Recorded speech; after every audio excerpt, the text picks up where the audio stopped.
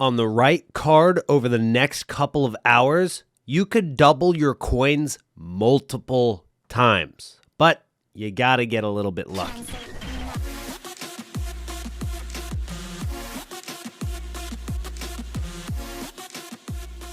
Before we get started, guys, I need to show you the OneFootball app, which I use to follow all of my favorite teams and all of my favorite leagues. But on top of that, I also turn on notifications using the app to follow all of the ones to watch in Road to the Knockout card. So I can follow David Alaba, Daniel Mellon, and all of the other ones to watch, guys, so I can get notifications on when they score, when they get an assist, and when they might be getting an inform. Make sure to use the link down below to download now. What is going on, everybody, and welcome back to another Trading to Glory episode. My name is Sean, aka Elite, and today I'm going to show you guys all of the Black Friday trading methods that I've been using, the cards that I've been investing in, and the low budget methods that have absolutely been killing it over the last day. And as we enter into Black Friday, they should only be getting exponentially better. I'm going to show you exactly how I did it. Before we get started, guys, make sure to drop a like on the video. And just a reminder, we're only a week away from our big FIFA 22 tournament. So if you want to join into that free tournament with $1,000 of prizes, links down below. Anyways, let's hop in to what we have on our transfer list right now. So I've cleared my sold items, and I obviously have been trading throughout the day, but I've been doing a lot of low budget trading, and a lot of it had to do with some of these Argentinian players who I have towards the end of my transfer list. Tagliafico here, Montiel, Buffarini, and then cards that you don't see here like the center backs that are rare gold cards from Argentina have been very, very good for low budget trading, because with the squad building challenges for the Flash SBCs that have been getting released, they've been requiring gold rares a lot, or at least rare cards a lot, which means that these Argentinians, there's not too many of them, but it's a nation that a lot of people go with, right? So you saw Medina, and you saw Tagliafico, and you saw Martinez, and there's, Romero, and all these other cards going up in price very quickly from Flash SBCs and then dropping right back down. So they go up from 1.2 thousand coins to over 2,000 coins, and then they go back down after the Flash SBC expires. So it's a very good opportunity to just get in, get out, get in, get out throughout the day.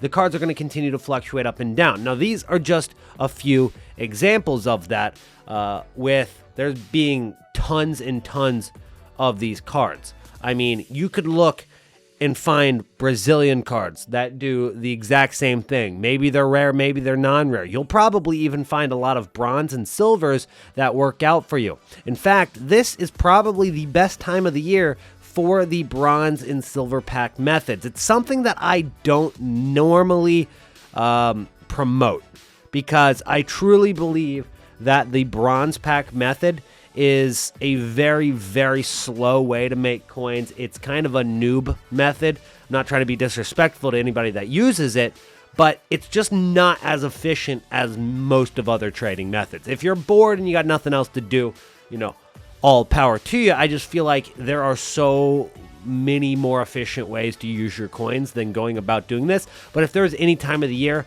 to do it, it would be now, because there are so many bronze cards, silver cards that go for above discard price. The demand is there for those Flash SBCs that pretty much anybody from a main nation, like Javi Vazquez here, is a player from Spain. And yeah, he's got a couple listed for 200 coins. I guarantee he'll sell for 200. And here's the thing. If there's an SBC that drops that doesn't really have a rating requirement but needs a lot of chemistry, some of these guys will go up to 500 to 1,000 coins as non-rares, all right? And that's not even talking about the main nation rare cards. And then on top of that, this year you've also got the kits that sell for quick sell for a lot more, which helps out quite a bit. So just in those useless cards at the end, you've got 200 of your coins back. So that is the bronze pack method. You basically want to go through and sell anything that could possibly have value, and you'll make a little bit of profit per pack on average. It does work, it's just slow. So that's why I normally don't really promote that. But let's talk about some of the other things on the transfer list, guys, because I want to cover all aspects of your budget. I want to go from those low budget trading methods, which is pretty straightforward. Look at the cards that have gone up and down quite a bit over the course of the last day. See which cards spiked up and down throughout the hours on Thursday, and you're going to see a lot of those same cards do that on Friday. In fact, in previous years, they've actually dropped flash SBCs multiple times during the weekend that are the exact same. So if a flash SBC dropped on Thursday, you're probably going to see it again by Monday. So look at the cards that spiked the most, wait for that SBC to drop again, and you're good to go. And not to say that any of the other SBCs won't spike those cards up. So let's go ahead and take a look at more of a medium budget card, and one of those is Daniel Malin. This is a great example of you got to sell into the hype, but I'm also promoting buying into the panic. Buy into the panic. A lot of the times you're going to get a good deal on the card. So I picked up how many of these? So I've got 6 on this page, another 10 here, and another 9 here. So in total, I think 25, and I think I have one in the club as well, but got 25 of them. I spent no more than $19,750 on them. I got some for under 19. That's about what I got them for. And here's the thing about them. This card had way more, I guess you could call it potential energy, and why he was up in price at about 43,000 coins when he was an 80 rated card. People are more hyped for the fact that he's going to get an upgrade than when he actually gets it. So the card ends up dropping a ton in price. If everybody knows he's about to get upgraded, once he actually gets that upgrade, there's a good chance he's going to go down. And that's exactly what happened with Malin. And then on top of that, it was happening during the Black Friday market crash, and it just combined to create the perfect storm of him dropping in price. So I looked at that card. I saw, you know what, 83 rated. Erling Haaland is still injured. He's going to get the start this weekend for Dortmund, which is on Saturday. It's tomorrow. So it's not that long of a turnaround time. I'll just sell him on Saturday morning, right? And the card right now is about 20,000 coins. I'll pick up another one for 18K. Don't mind if I do, because that's already a 1,000 coin profit as we speak. And it looks like he's 20,750 coins right now, almost 21K. We now have 28 of the Daniel Malins, because he is just becoming a very easy pickup for me. Oh, I didn't get that one. We were on a roll right there. We were on a streak. Thought we could again? No. Oh no, they're beating me to it now. All right. Now I'm kind of interested to see how many are getting listed. He's at 21,000 coins right now, which is up a little bit in price from what I got him for. We're already averaging about 1,000 coin profit per card, which means that we're making near 30,000 coins in total. But we're looking for a little bit more than that. I think as we get closer to his match on the weekend, you're going to see him slightly go up. I'm not expecting this card to shoot over 30,000 coins, although I would absolutely love him to.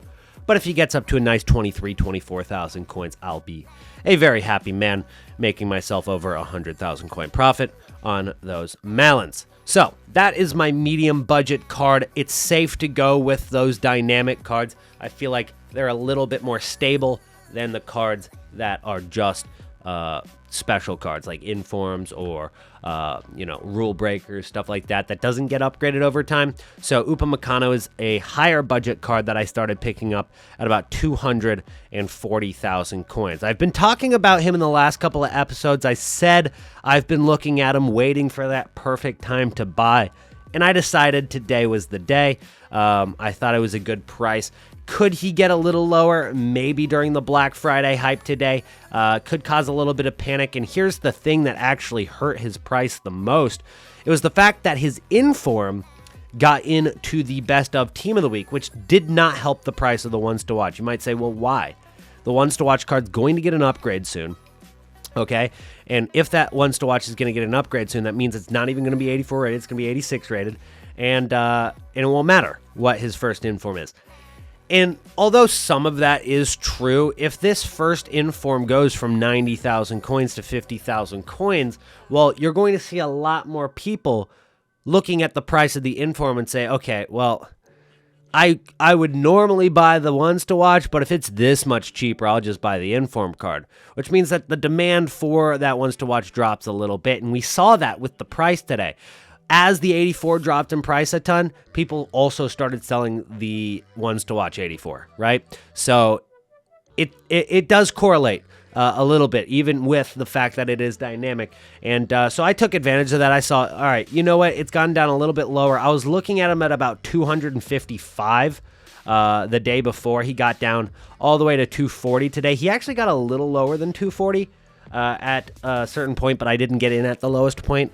He started to rise by the time I bought, but he's at 253,000 coins now, which means that we're already done with tax. Every single 1,000 coins that he rises from now on out is profit as long as he keeps going up, which, by the way, Bayern play Arminia Bielefeld on Saturday as well. So I've got two players from Bundesliga. I'm going to, keep track of them. And here's the thing.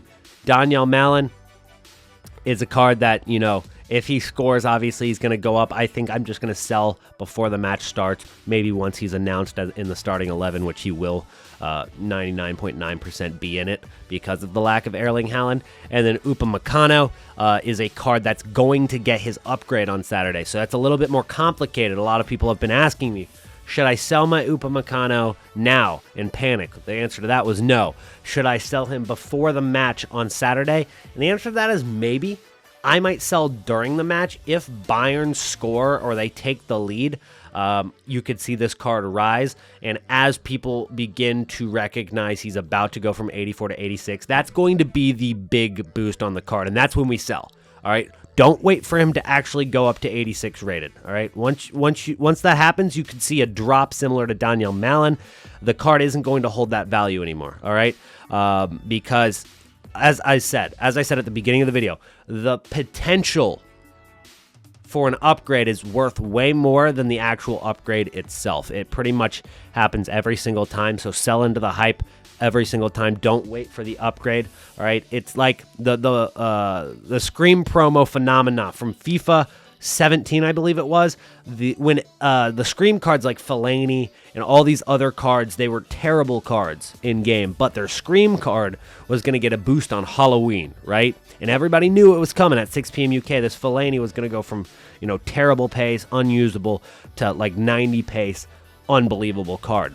And the card continued to rise as we got closer to Halloween, and then it got the upgrade, and it was an amazing card, and it crashed in price because everybody held on to it, ready for the upgrade, not realizing, well, the demand is not going to outweigh the supply once it gets that upgrade. So sell before the upgrade.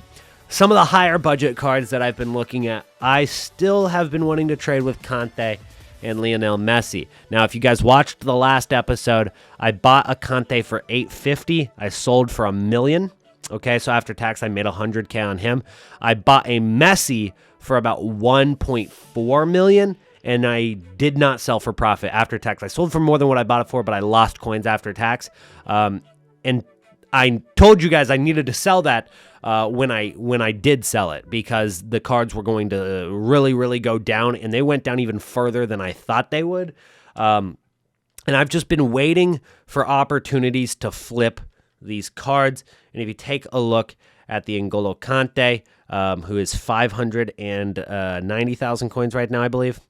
About 580,000 coins. And then Lionel Messi is about 1 million coins right now, maybe like 980K. So N'Golo Kante and Messi have both dropped 400,000 coins respectively. That is a big drop in price. So a lot of people are going to start thinking, wow, they're getting really low. These are going to be great investments. And that's where I've got to warn you that in previous years, guys, they have not been good investments in Team of the Week 10. These cards are going to be supplied so much during Black Friday and throughout the weekend into Cyber Monday that it's just going to be too much supply. Think about what happened in Team of the Week 4. That Teo Hernandez inform, the Rafinha inform, right? Those cards, they got supplied so much because of that weekend league, no loss glitch. Everybody was getting Team of the Week packs, and there was so much supply that even though those cards were very good and they should have followed the trends of the first few weeks, they didn't. That supply was too much to handle. And I think a lot of that is going to be the same way for this Team of the Week. So for the Conte, for the Messi, I think they're amazing cards. I think they're going to be awesome for fluctuation trading. And I'm not saying they're 100% not going to be good investments. I'm just saying be very careful with it going throughout this weekend. Do not pull the trigger too early. And even as we get later into the week, when they're about to go out of packs on Wednesday, at that point, you're still going to see a lot of supply coming off of people's transfer lists. So be very careful about that. Right now, I've got 2.3 million coins liquid, which is pretty much half of my coins. I've got a few investments in SBC fodder right there. I've got a lot of ones to watch investments because I like them as a safe investment where there's really no risk. We're making profit on the Parejos. Got some Trippiers as an investment. This is going to be one of the more important tips of the video because, as I said, you get in on enough Taliaficos for 1,400. I know I got some for cheaper, 1,200, 1,500. The 1,500s are a little bit too much. The 1,200s are nice. The Buffarinis for 1,500s not bad. 1,800s too much. Montiel for 700. That's a great deal because I'm already selling it for quadruple that price. But the Trippier is only about 3,000 coins right now. We're looking at 84 rated cards that are obviously going to be needed for repeatable SBCs and any SBCs that do drop throughout the next day. Given the fact that his 84 rated card, and it's going up a little bit right now, up to 3,600 coins, if you can get this card during Black Friday for 3,000 coins or below, or pretty much any 84s for that matter, you're looking good because there is going to be a point during the weekend where they spike because of a repeatable SBC that drops. I don't know exactly when it's going to happen. It could happen at 6 p.m. UK Black Friday. During this weekend, it's a little bit unpredictable, but those are really safe investments still, as long as you pick them up on the lower end of the day, okay? As I've been saying, these cards are going to be quick flips, okay? You don't want to hold these for way too long because the longer you hold, the more you're risking the supply coming without having demand from SBCs. So you want to pick up at a good point in the day. And right now, as you can see, you've got Mertens for 3.1. You've got Tadic for 3.2. Ilicic for 3.2. Andre Silva for 3.2. But what was Mertens before today, right? Just from a couple of SBCs like the Hero SBC and the Icon SBC. And then we also had that Team of the Week repeatable SBC for the current Team of the Week. But at that time, you couldn't get the best of Team of the Week cards. So you've got 3.1 thousand coins, but he got all the way up to 4,000 coins just 2 days ago, right? It's going to happen again. They're going to spike back up sometime soon. So you can make 1,000 coins per card. You go in 3 million coins on these cards, you're going to come out with 4 million coins, right? It is that simple. You just got to get in at the right time, okay? Because you don't want to get in at 3.3 thousand coins. He goes down to 2.8 an hour later, and then he rises to 3.6, right? Think about the profit margins at that point. You're looking at 3.6 thousand coins per card after tax. It's going to take away about 150 of those coins, which means you're making like 150 coins per card. You get in at the right point at 2.8, well, then you're looking at 800 profit per card minus that 150. You're looking at still 650 per card. That's actually a pretty solid profit margin if you go in at 3 million coins into the card. And yes, I am talking going unassigned, balls to the wall, full in on investments. Now, I'm somebody that doesn't like to go unassigned very much unless I'm 100% on that being a good investment. It's going to be a quick return time. I don't want to hold it for more than a week, So with that being said, if you've got the coins to do that, but you don't want to go unassigned, you could look at some of the higher rated guys. Keylor Navas in 88s. You've got 87s for less than 20K. That's not bad. Take a look at Aguero, I guess. He's the cheapest 87 in the game. How much was he? 24,000 coins. The tax at that is a little over 1,000 coins, which means you're making 3K per card. And I think those are safer because they're not going to be packed quite as much. So you obviously are going to have a little less supply for them. And if they drop any good SBCs that need some of those higher rateds, then you're good to go. 86 rateds at 13,000 coins. Kind of in the middle right there. I'd like to get them for less than 12. That's kind of my target price for the 86s. So right now they're not quite there yet. But if they do get to that point during any point in the day Friday, I'm going to go in on them. And what I'm expecting is most of the supply to hit on Friday, right? You're going to see those 100K packs, 125K packs, 50K packs throughout the day. You're going to have lightning rounds for packs. You're going to have flash SBCs, which gives you more supply, especially if they're tradable, of course. And that's going to see a lot of supply. So even if there are SBCs that come out on Friday, the demand that is there is going to at least equal it for most of the day. But on Saturday and Sunday, you're going to see a lot less supply coming, right? You might still see some promo stuff. You might still see some flash SBCs, but it's not going to be as much as Black Friday itself until we get to that Cyber Monday. You're not going to see as much during the weekend. So that's going to give an opportunity for the fodder to rise in price. And I think if we buy on Friday and sell on Saturday or Sunday, we should be good to go. And that's probably my target for it, which is why I haven't gone 2.3 million in. I do have half of my coins left. I didn't want to put all of my coins into players. And in fact, most of my coins are wrapped up in players that are not in packs, right? I'm playing it safe right now. I don't like how everybody's going in so early on some of this SBC fodder, which means that if it drops at all, there could be some panic, which would be the opportunity for us to get in on it, which is what I'm kind of waiting for. That's why I haven't gone in on it quite yet. And you might say, oh, you've got some cards on. I've got some cards on my transfer list, all right? But this is nothing in comparison to what I'm planning on doing if the opportunity arises to go, leaving my account with 0 coins, going full investment mode, right? There could be an opportunity for that soon. If it doesn't come, it doesn't come. But I wanted to make sure that you guys were aware of all of the investments from low budget to high budget today, what I'm planning on doing throughout Black Friday, and the sales that I'm probably going to make on Saturday morning for these Bundesliga cards. That's going to be it for me today, guys. Thank you so much for watching, and I really appreciate your support. Happy Thanksgiving, or belated Thanksgiving to all of my fellow American viewers. I'm thankful for you guys and all of your support. You guys have been absolutely amazing. I don't know what I would do without you. And yeah, that's going to be it for me today, guys. If you haven't yet, don't forget to drop a like on the video, and I'll see you in tomorrow's upload. Peace out.